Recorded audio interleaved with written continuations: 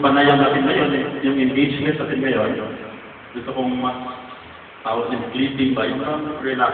Pwede sabihin, i-involve kayo, pwede kayong magtanong, pwede kayong, gusto kong direktahin na mismo. We can talk of spirituality from the above, pero ako normally, I will talk of spirituality in the face, sa mukha talaga.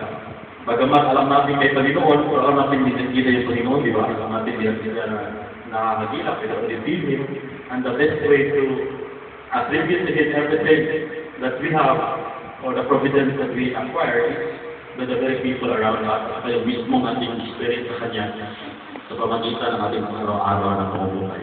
Marami ba yun? Hindi.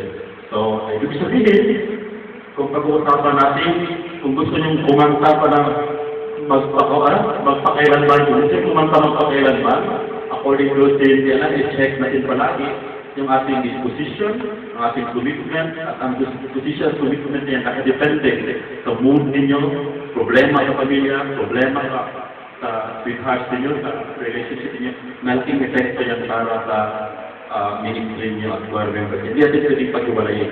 Ito yung pinaka-focus ng ating pag-uusapan hapong ito. Kaya ang pinili kong maging tema ng ating pag-uusapan ngayon is living in touch. Ano yung sabihin natin? Hindi kayo magsipuan dito ha, makapuhan. Hindi ko nag-usapan ng hipo, basta yung upload.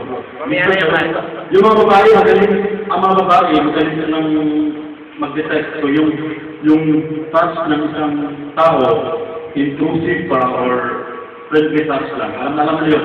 Alam yung mga lalaki, akala naman nila, hinawakan sa, akala nila, ay, napapaligaw to. Mahina yung touch quotient sa mga lalaki kung paano ng mga babae. Kaya normally, hindi ko din-discount yung touch quotient sa mga lalaki. Normally, mga babae, mas mature in terms of perception sa upload. Siyempre, sila yung nag-upload ng bata, sila yung nagmamasabi ng kwet ng bata, kaya talagang sa kanila ng galing yung talagang touch quotient sa isang tao. Okay, kasi sa touch quotient, mga kapatid, di ba normally, tinitest kasi yung kagalingan ng isang tao sa pamagitan ng kanyang IQ. Ayan, talino, seminaryo, bago sa pumakot, pag yung IQ mo hindi umabot ng 95, so mag-advise mo na kami kumuha ko muna ng involving o sa ibang courses. Normally, pero, pagpasok ng seminaryo, you would realize na hindi pala importante yung IQ. Kailangan yung EQ. Ibig sabihin ng EQ, paano yung talhin yung kanyang feelings. Pag nagawaro ng basketball, bakit ang bilang-bilang siya galing? So, pinabrado kami, bakit galing na kung nagaling na sila na kung siya ginawa siya. Iwan ko na, naiisip na kami pwede mo. So, nagkita ko siya kung nakakaisip.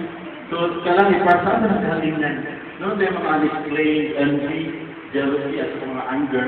So, yung mga tao na pagaling na kataas ng EQ, ito yung mas pinakapasa natin sa formation. Kasi isang pari na mahina ang EQ, mahirap makiramdam. Kaya hindi siya masyado malapitan. Anong father, piling wala, yung pwede.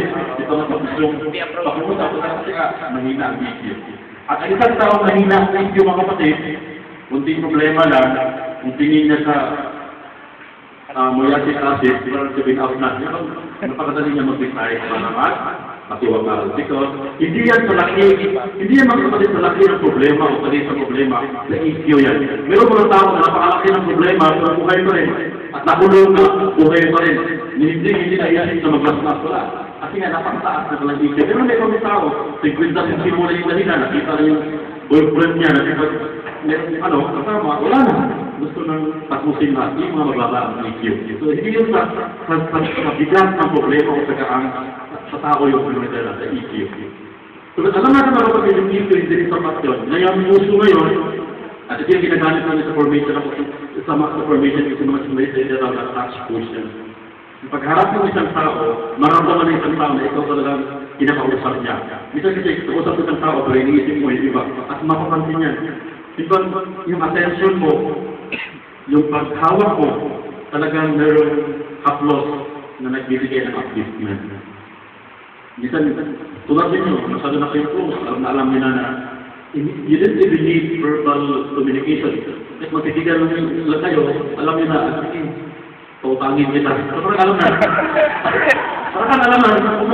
Hindi mo kailangan ng verbal communication.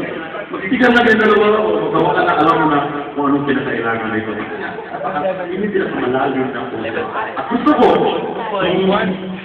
mag-sustain na isang grupo katulad nito, I would suggest trust social.